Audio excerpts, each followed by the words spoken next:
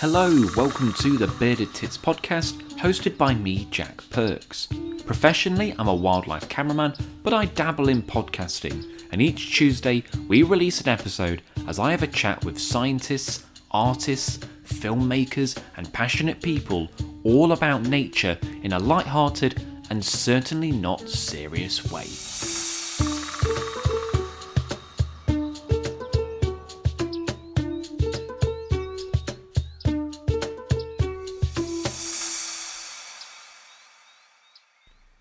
Hello and welcome to the Bearded Tits podcast.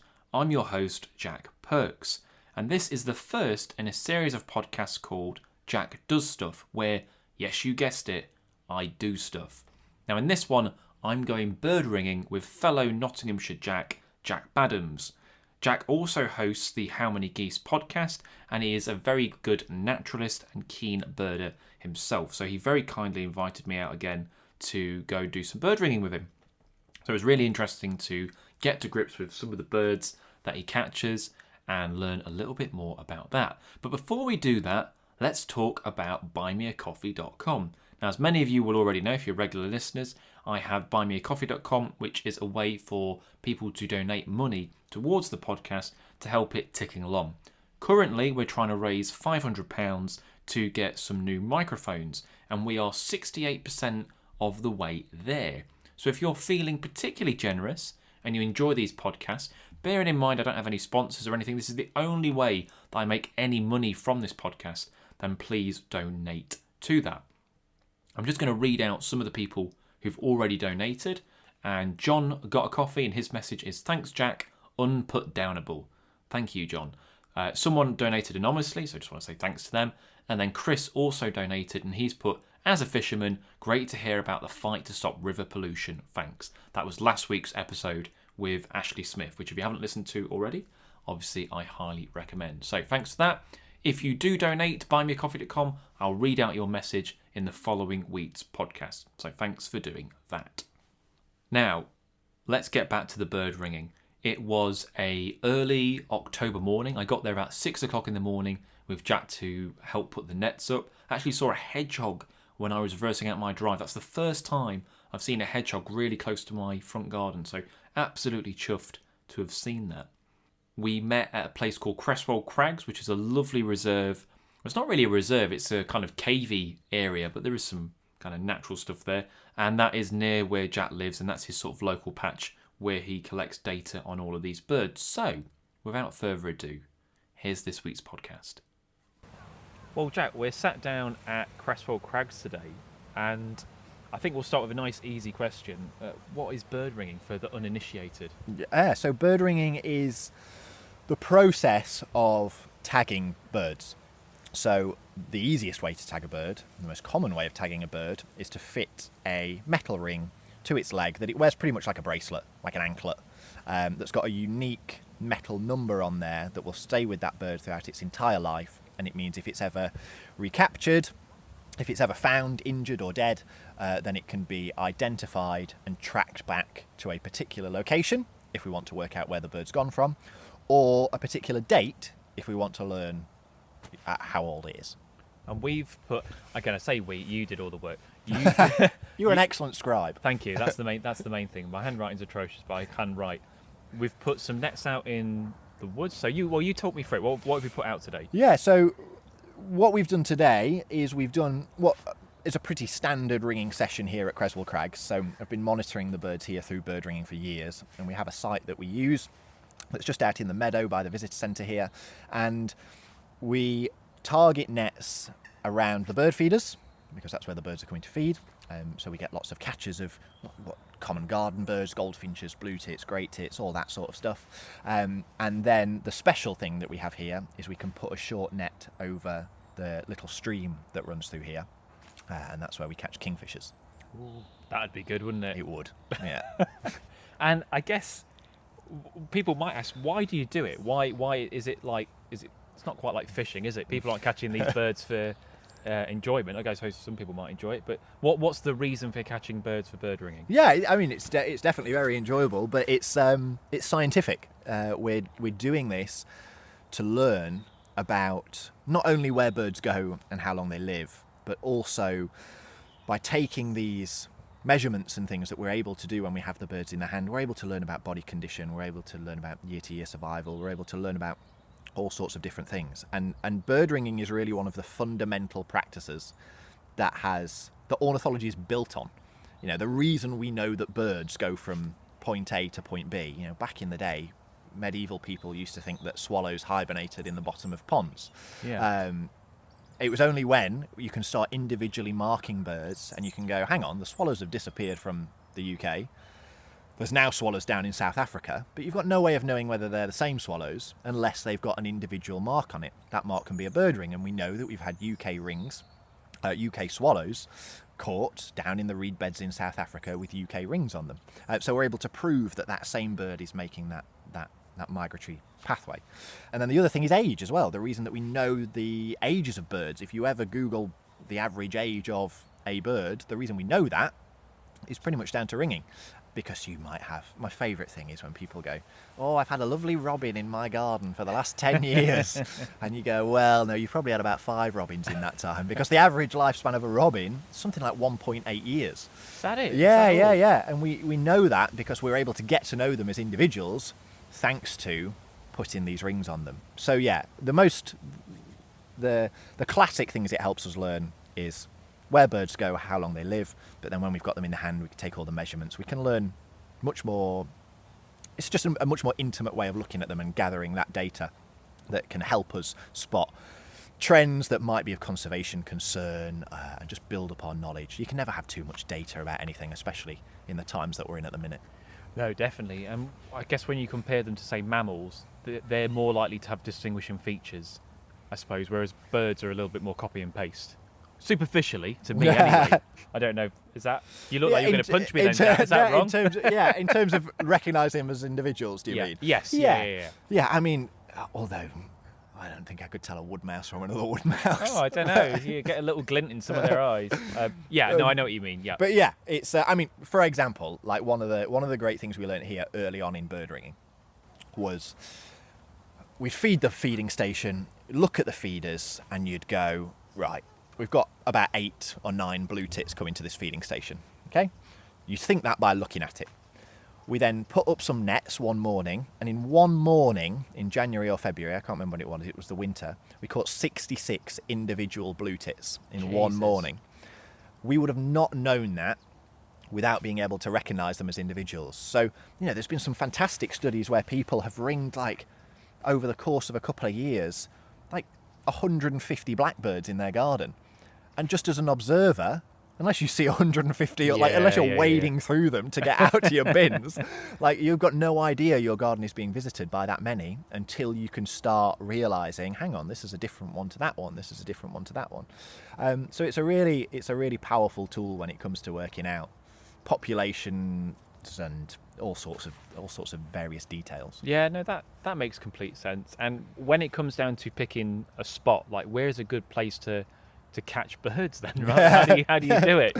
Well, once you've got your licence, which... Yes, we should mention that. Yeah, so it's the British Trust for Ornithology who oversee this, and they're the people that give us our licences.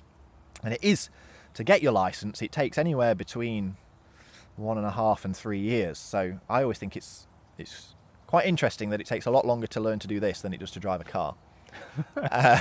Which, can go... You can think about that any way you want. But... we do, to safely catch, tag, ring birds, we obviously have to be highly trained. But once you've got your licence and landowner's permission, you can pretty much ring wherever you want. So people ring in all sorts of habitats around the UK. There's people doing ringing on estuaries where they're catching waders and waterfowl. There's people in woodlands. Scrub sites are often really good for migration.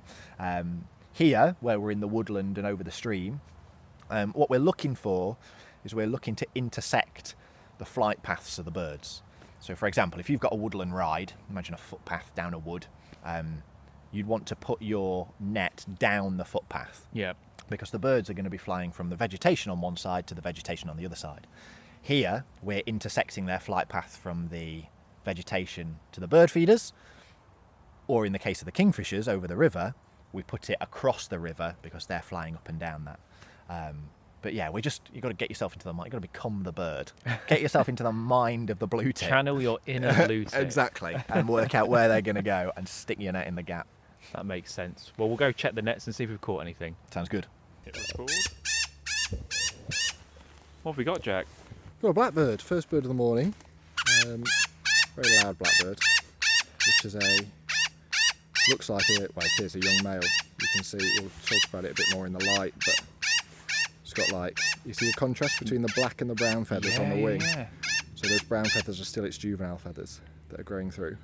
Yeah, that it grew through first. because the males are jet black, aren't they? Like, they're unmistakable. Yeah, so this is a bird that you can actually age when you see it yourself in your garden, a male blackbird, because you can see the contrast between the brown and the black on the wing really clearly. Okay. But we'll get him in a bag to chill him out a bit. And just to clarify, that alarm, it's just being a bit of a wimp. Yeah, basically. Yeah. You can see it's chilled out a bit now. Yeah, it But looks... you get differences between the species. You know, some species are really chilled out. Things like goldfinches and things will just, they'll just lay there and be very relaxed about the whole process. With blackbirds, it's very individual. Sometimes they're very chill. Sometimes they're just like, this one's calmed down now. Yeah, it's got... But sometimes, one of the worst birds to catch when you're doing ringing demonstrations, things like woodpeckers. Oh, yeah. It just sounds like you're killing them. They've got the equipment to damage. Yeah, they have, and you're not doing anything different to what you do with the other birds, but yeah, they just make a lot of noise. Nice. So this one's chilled out a little bit, but we're going to put it in a bag to make sure it's first catch of the day. Yeah. So you've got the bird in the bag, Jack. What are we doing now with it? So yeah, we've come back from the net. The bird's been in a bag to chill it out a little bit while we've been getting our ringing station ready, and now we're going to take it out and do the process of putting the ring on its leg.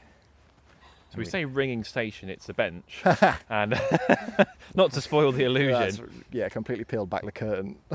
And we've got like a little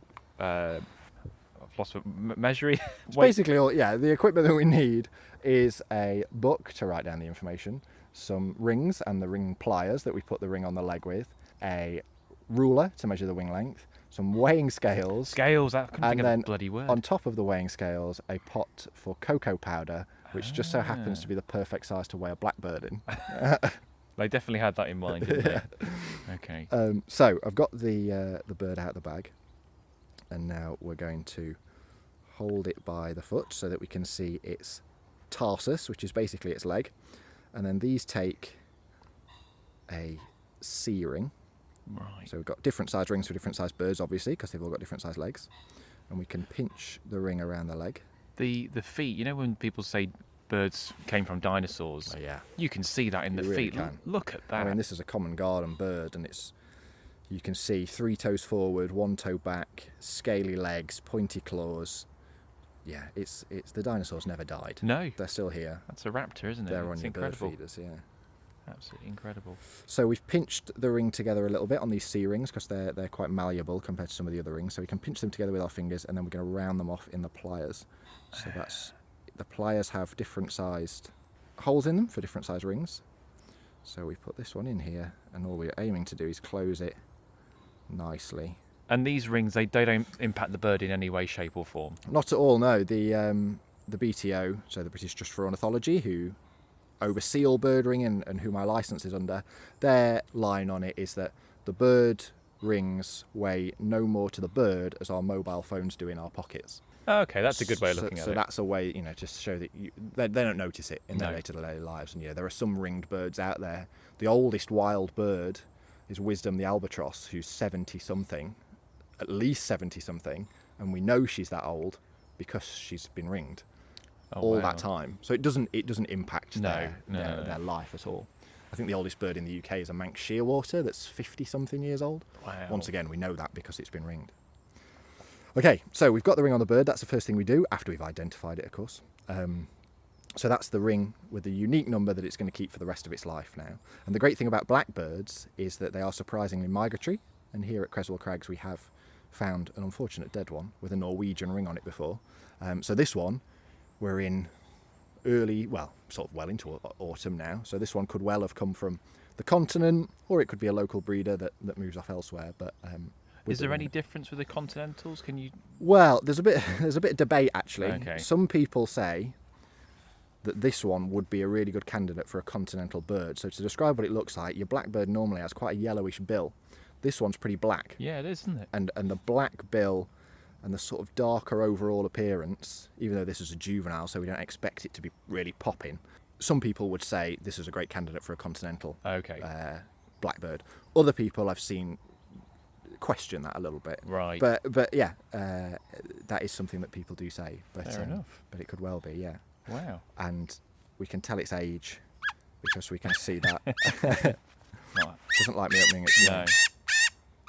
The contrast between the black and the brown there. Yeah, you can see that. Now it's a bit lighter. You can see that really easily. So even on the closed wing when it's hopping around your garden, you can see that black and brown there. Yeah. So you can age them when they're in your garden. You can say, people like to say, "Oh, my blackbird's back," but you can actually start learning the individuals, even if you just learn that, oh, that's a young male, that's an adult male. Yeah. Right, so we've aged it. Okay, so what We've next? Sexed it, so we're going to write down the age and the sex. So next we're going to do the wing length. All right. It's not that bad. So the wing length is 129. And this all seems to an outsider like me, maybe a bit pedantic. Like, why is wing length relevant or something like that? So wing length and weight, by taking both of them together, Mm-hmm. is a really good general indicator of things like size and health and things like that of a population. It can also be used for things like sexing as well. Okay. So if we're taking if we wanted, we could take loads of biometrics. We could do tail length. We could do legs, tarsus length. We could do all sorts of stuff. Right. But we don't want to hold the birds for too long, No, unless it was a specific study. We try and just get an overall idea of the bird's status, condition. Yeah, that makes sense. And the wing length times weight is a good overall quick way of doing it. Yeah. Okay, that makes sense. So once we've done that, and we'll just check that one. Yeah. So once we've done that, it goes into the pot. into the cocoa powder pot. So we've got different pots as well for different sized birds. Smaller birds get the vitamin C tub, and then the really small birds get the old film canister. Oh yeah. Which is a classic among bird ringers. Is this just all been trial and error? Like you've just found? Yeah, things that fit? basically, Okay, exactly. Okay. Fair enough. So in it goes. So it goes in head first. Head first, yeah. And it's just got its arse poking out the pot. It's nice and dark in there. Yeah. It's wriggling around a little bit, so we hope it's gonna. There we go. Settle on 101.4. So 100 and let's jumping around a bit. 101.3 grams. We'll call that. It's not a lot, is it? I mean, I know this is a inverted commas big bird. It is, yeah. Compared to some of the other birds we'll Yeah. catch, which are going to be in the region of 10ish grams. Wow. This is, what's that? 10 times bigger. Yeah. And for a blackbird, that's pretty good. Is it? Okay. Yeah. Sometimes you get blackbirds that are maybe like low 90s, sometimes even 80s, and you're like, oh, you're not doing too well. But this one's pretty good. Awesome. So now that's done. We Ready let to it go. go. It Yeah, goes yeah, ready yeah. to go. Nice one. Pretty simple then. Yeah. Obviously, we've took longer because we're waffling. Yeah. But ordinarily, this is a fairly quick process, isn't it? Yeah, I mean, I can ring a bird like this that's easy to age and you really don't need to look at very much. We could have got this out of the bag, ringed it, wing lengthed it, weighed it, released it, taken all our data in less than a minute. Wow. So it could have been, we got it from the net back here, released easily within 5 minutes. Cool. And then that bird is now contributing to scientific data. So with the blackbirds, we release them on the floor rather than release them out of our hands, just because they're terrestrial and they like to be able to run off sometimes. Right, so we're just going to put it down. We're just going to tip the. Hear him rattling around. Try and pull it out a bit. And then Fella. there we go. Awesome. I've got the taste for it now. Let's go get another one. So we're after another bird now, a little bit more colourful. Yeah. Kingfisher, and we've set up a net over. I say we, Jack's done all the work. You held the pole expertly. Yeah, I did. I'm an expert pole handler. And with a bit of luck, we'll catch a kingfisher today, which would be absolutely amazing. So to do that, how are we... Yeah, so the hope is what we've got here is is a pretty narrow stream. It's about 3 meters wide, conveniently the length of a little mist net. Yeah. So what this is a great site for doing at this time of year is catching kingfishers, and we catch them semi-reliably here. I'd say over the winter period, if we come out 10 times, we might catch the kingfisher 6 or 7. Oh, okay. So it's pretty good. I'll take those odds. You know what? Oh my goodness. Something's gone in. Let's go and have a look. I think I can see some blue on it. You see it? It's a bird. Yeah. Oh my goodness. That's going to seem like we've. We're absolutely amazing actors. If you think we've set that up, it is a kingfisher. Oh my goodness. Oh my goodness. I'm just traipsing through the river. Oh, look at the blue on it. I'm quickly realising that podcast is the wrong medium for such a colourful bird, but I'll describe it as best I can. Oh my, wow, look at that. So we work out which way it's flown into the net. Okay. So it's obviously come in the direction that we have approached the net. Yeah. As we were stood looking at it. And then they should be normally quite easy to get out of the next kingfishers. It's not tangled up at all. Because you look at this mist net and you think, oh my god, there's going to be an absolute ball of bird in there. But yeah, I guess there's a technique as well, is it, to getting the bird out? it's definitely the thing that takes you the longest to learn when you're bird ringing, and why you need to be licensed, because you need to know the welfare of the bird comes first. Of course, you need to know that you can extract it safely without causing any damage. So it's the thing that takes the longest to learn, is how to get them out the net safely. So we just have to. Yeah, no, you obviously have to take the time with the bird for sure. Oh, and there it is. It's out the net. It looks a bit kind of a bit like, what's just happened? I'm just flying along this morning. But they are stunning. I mean, my favourite thing about the kingfishers, we talk a lot about the electric blue on their back, which you see as they're flying away. My favourite bit about seeing them close up is their wings, and they have this almost, I think it's like a starry night. Yeah, pattern they do, don't they? On their like shoulders, on these wing coverts. It's like a little galaxy in the feathers. They just look magnificent. It's a really apt way to describe it. I can't say I've ever noticed that before. Absolutely stunning. I can't believe that. I mean, people are going to think we've set that up. That was just complete. We were talking about the chances of getting them, and then one flew in as we were watching. You've had that in that was in your car boot, wasn't it? You've just chucked that out when I wasn't looking. Awesome.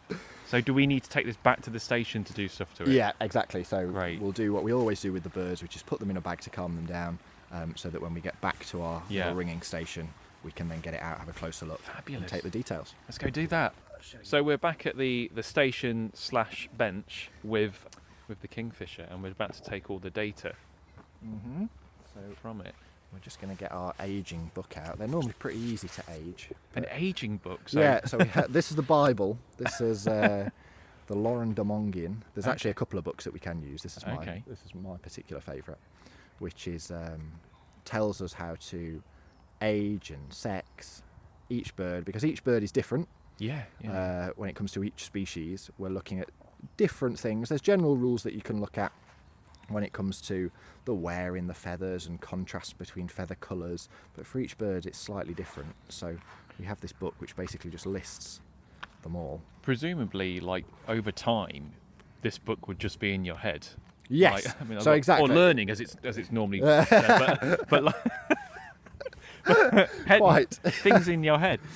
But you would just pick all this up. Yeah. So exactly. For example, for the blackbird that we did, that was very, very easy. Okay. And, for blue tits and things, you wouldn't need to. No. And for the kingfisher, to be honest, we probably won't need to. But it would just be nice to sort of show what we're looking at to you here. Okay. So the kingfisher takes a very special ring. Okay. Called an S ring, which we only put, to my knowledge, I've only ever put them on one swift that I've ringed, and the kingfishers.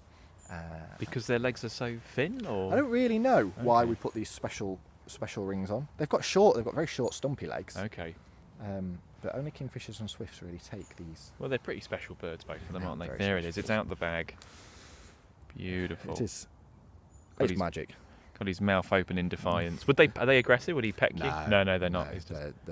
They're very chilled out. Okay.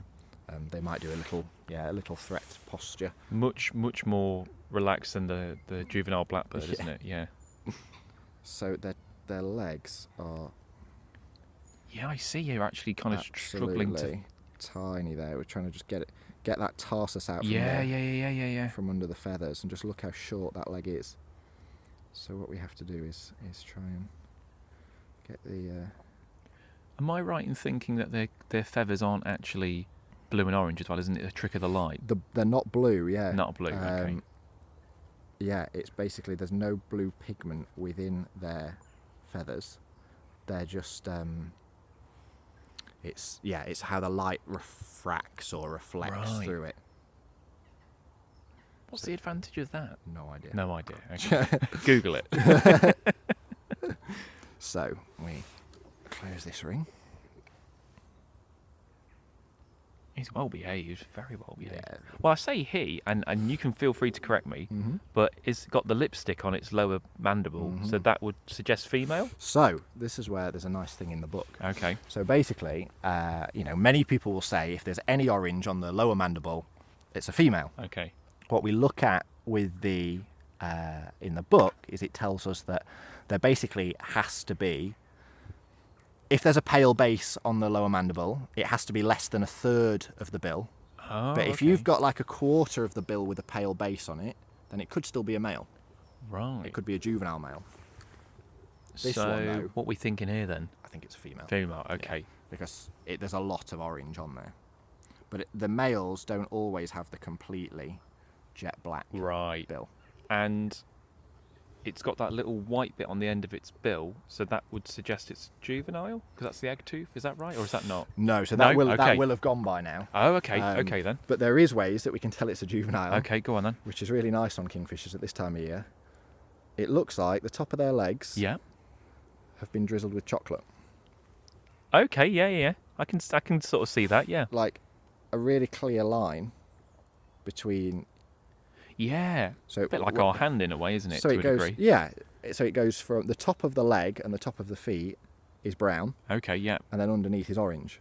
Yeah, I see that. In an adult, that's all orange. Right. So that's an example of sort of the really the different things we look at in each bird. There's no other bird that you'd look, at like is Look the top under of, its feet is to the see top if of its leg is the top of its leg brown and the bottom of its leg orange. Another thing we can look at is on the chest. You see it's got all this on the breast feathers. Yeah. The orange breast feathers. You see it's got this edged, almost silvery green on the Yeah, breast you can. there. You can pick that out. Yeah. So on an adult, those feathers would just be pure orange. Wow. But on a youngster, it's got these almost like frosted greeny tips onto some of those breast feathers. I'm not sure scruffy's the right way to describe them, but they're just not quite as polished Yes, as an adult. yeah, exactly. They're not pure. They're not pure orange. So we're now back by the river. We've done all the measurements and weights and everything for this kingfisher, and now we're going to let her go. Yeah, so it's time to release her. We release her back down the river. The other birds we can just let go at our little station, but for the kingfishers we always release them back down the river in the opposite direction to where the net is. That makes sense, yeah. So I'm going to pass her over to you. Oh wow, okay. So how do I hold her without hurting her? Or... So the best way to hold a bird is to put your index finger and your middle finger sort of around the neck. Around the neck, Okay. yeah. You're not. I mean, it's very difficult to choke a bird because they've got don't try, but they've got very tiny necks. So you put your fingers together around the neck, and then you cradle the body with the rest of your fingers. Okay, so like that. Oh, she's warm. She's very warm and soft. Well, I never thought I'd hold a kingfisher. What a splendid bird. Okay. So whenever you're ready to release her, what you want to do is if you pop her down on the railing. Okay. Here. So she's not flying directly out of my hand. She's just doing her own thing. Yeah. So if you pop her down on the railing, she'll off you go, decide sweetheart. whether to go or not. She's just laying there, isn't she? So she's probably a bit confused, to be fair. So what we can do then, because sometimes they just need to know that they can sort of go. So if we roll her around a little bit. And a gone. Wow. Straight through the trees, no hassle at all. And there's your classic view of a kingfisher, the blue flash disappearing off down the river. And the sun rising. Beautiful. Fantastic. Well, I think we should go and have more of a waffle about bird ringing, shall we? Well, I can't believe we got that kingfisher. That is going to seem so so well manicured, but that literally happened right in front of our eyes. That was incredible. Yeah, I mean, I was pretty confident. I've seen that they've been around here, But to have it fly in as we were actually stood recording and talking about it was pretty impressive. That was great. And we've had a few. What else? We've had nuthatch today. What else have we had? Yeah, it's been a pretty good session in terms of diversity. So we've had kingfisher, blackbird, nuthatch, quite a lot of goldfinches, great tit, coal tit, chaffinches. I think that might be our list. I think that was it. We've heard a woodpecker today as well. Heard the great spotted woodpecker, that didn't come down. No. And the grey wags were being a bit of a pain. Grey wagtail, yeah, the grey wagtails, for some reason, I think they must be able to see the net better than the other birds because they just tease and titillate on the stream over there. I say, don't get me started. One of the things I've thinking about recently, and I should have asked this before handling all the birds really, but do you have to be careful with bird flu at the minute? It's a good question, and certainly at the moment, with bird flu the worst it's ever been, then it is something we have to be aware of. Now, there's not really any evidence at the minute, at the time of recording, that it's a widespread disease in passerine birds at all. So that is your songbirds, that's your perching birds, that's your garden birds, etc., etc. Bird flu is particularly ravaging waterfowl populations, waders, and the seabirds, of course, at the minute, over the summer that we've had.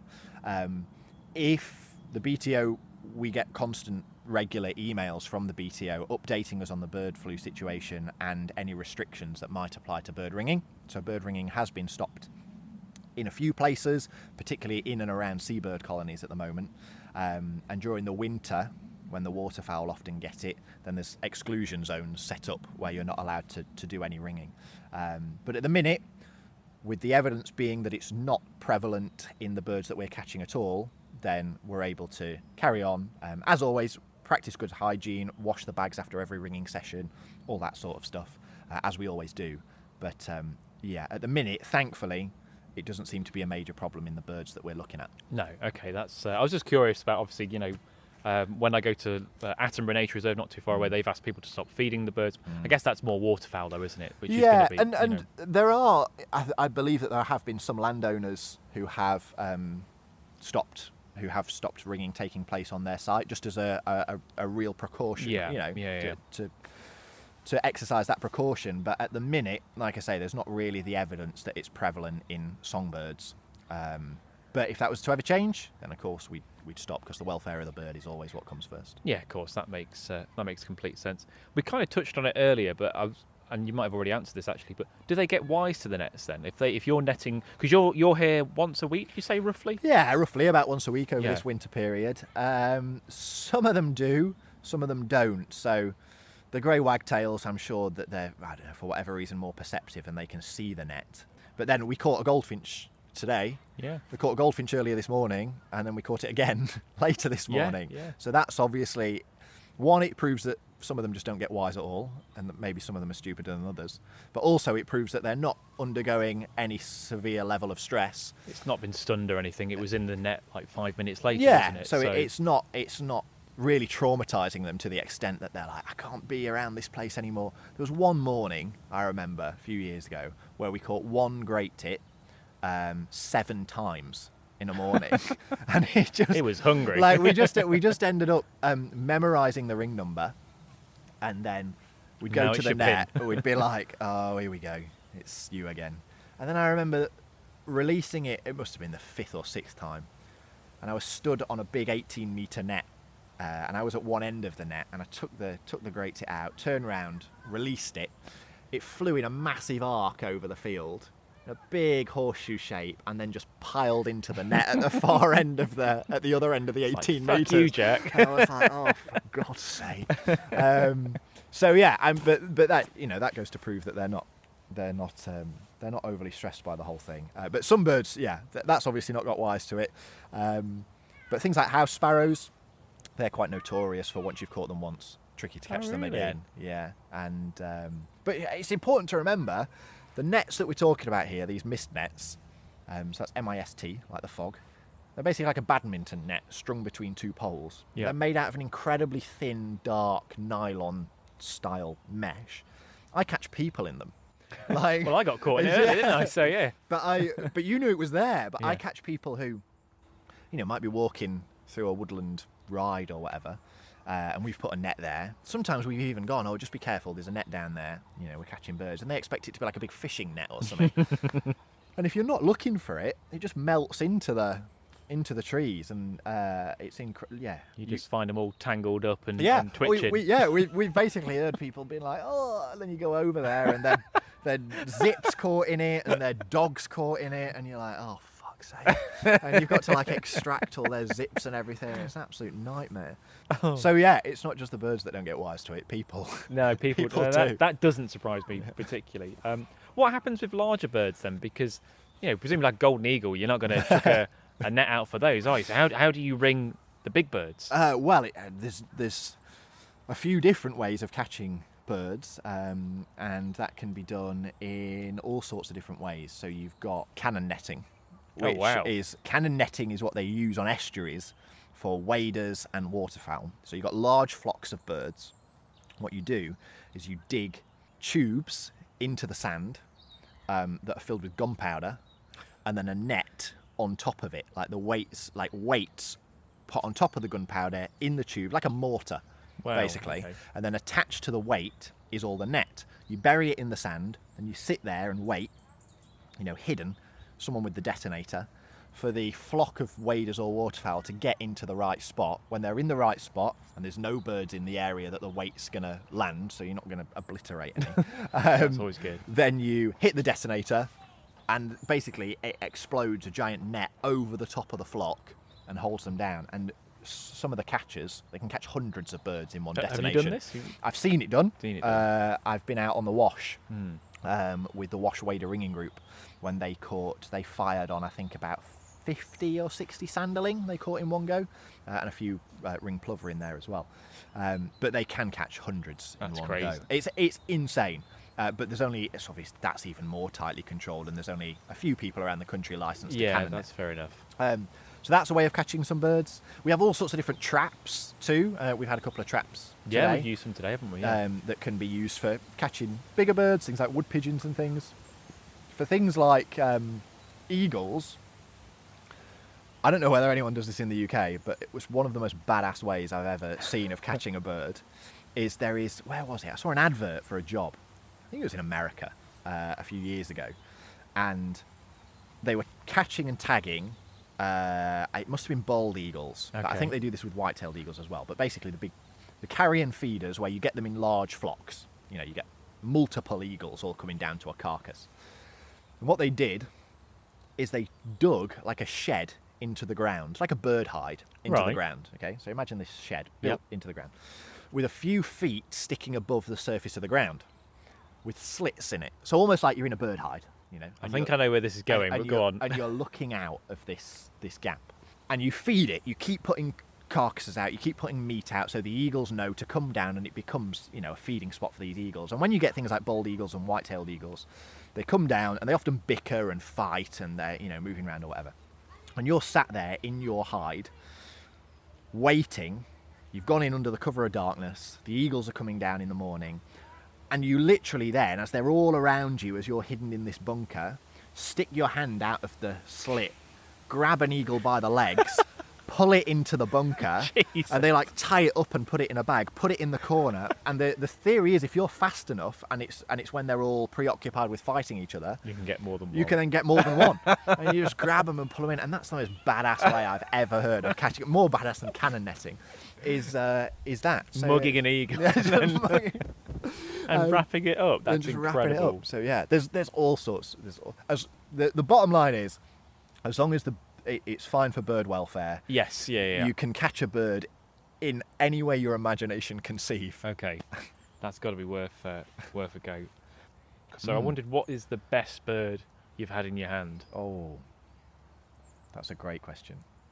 The best bird I've ever had in my hand. So in Canada once, we caught a female peregrine falcon. Oh, okay. Now, lots of people in the UK ring chicks of peregrines and things like that. But this was, she'd flown into a net that we'd set up. And in Canada, they have huge migrations of birds of prey. So they get, you could be sat there and you can be watching hundreds of hawks flying over and stuff like that. And we had this big movement one morning of a bird called a sharp-shinned hawk, which is basically like a sparrowhawk. It's their version of a sparrowhawk. And there was a couple of sharp-shinned hawks hanging in this net, and the peregrine was wheeling around the tip of the bird observatory that were on the spit of land that stuck out into Lake Erie, in one of the Great Lakes, and she saw the sharp-shinned hawk hanging in the net and just went for it. Just Really? like piled straight in after it, hit the net, hit the hawk, and we were like, oh shit. We ran over to it. Hawk turned out to be fine.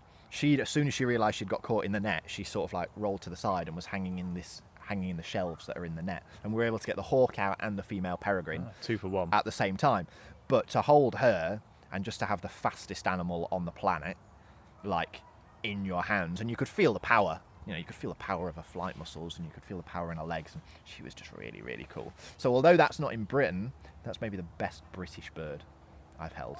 I think it's even more interesting, isn't it? Because I guess the chances of snagging a peregrine in the UK must be pretty, with a net anyway. Yeah. Must be pretty slim. Yeah, I mean, even there, it was Yeah. pretty. It was Okay, pretty you were like just right place, right time. it was right place, right time. It was a particular peregrine who'd got her eyes on this hawk as a bit of a snack, and just went for it. So No, they take some from this. So would that be equivalent here? Would a peregrine go for a sparrowhawk? Potentially? yeah. Really? So actually, there's what's really interesting is you get quite a lot of raptor on raptor action.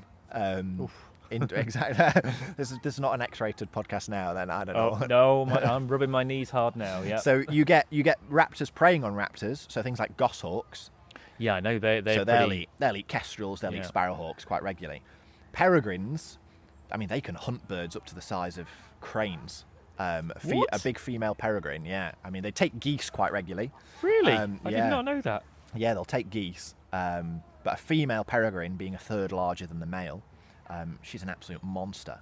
And yeah, they'll take big prey. But they'll also just some people in peregrine territories will just find dead buzzards just on the floor. The peregrine hasn't hunted them, but it's flown too close to their territory, and they'll literally just pile out of the sky, punch it into next week, and they'll just kill it. And there's a mate in Gibraltar bird observatory, on the right down on the south of Spain. As birds are crossing over from Morocco on migration, so in the spring they're coming up, crossing the Strait of Gibraltar, coming into Europe. There's a pair of peregrines that nests on the Rock of Gibraltar. And you get all these griffon vultures and honey buzzards and all sorts of species flying over, and the peregrines just go batshit crazy because they see them all as threats. And honestly, it's like they're just punching birds out the sky, and like griffon vultures like landing in the sea and having to be rescued. Really? And the peregrines will just, these slow flying raptors, the peregrines will just be like punching them like whack-a-mole, like out of the sky. Just knocking them, into the sea, onto the floor, and they're not hunting them; they're just protecting their own. Saying, get away, get out of my territory. But they're so badass and ferocious. They're up there, aren't they? Yeah. They're one of the best. Not even just in the UK, like you say, in the world. They're incredible creatures. If we've inspired people to get into bird rigging, what's the kind of process? What's the kind of steps they should take? So we're really lucky in the UK that we are one of the few countries in the world where it's so accessible, because we have the BTO and we have the ability to do it in our spare time. This isn't a job. This isn't my job. This is something I do in my spare time, a very scientific hobby. It's a rare job, isn't it? Yeah, it's a rare. If you want to get paid to be a bird ringer, I mean, you can get research jobs that require the skill, or you can work in a bird observatory where you're constantly monitoring birds through ringing and other surveys and things like that. But what it does mean is that it's very easy for people to get involved with, and all you need to do, if you are interested, is you go on the BTO website, and there's a web page on there called Find a Trainer. You go in there, you type in your postcode, and it'll bring up the nearest licensed BTO trainer to your location. It comes up with their email address. Literally just write them an email, say I'm interested in bird ringing. What normally happens is if they've got space to take on a new trainee, they'll say, yeah, come out for a couple of sessions, see how you find it. If you can hack the early mornings, if you can hack the level of dedication that you need, because I would say it's not something you can dip in and out of.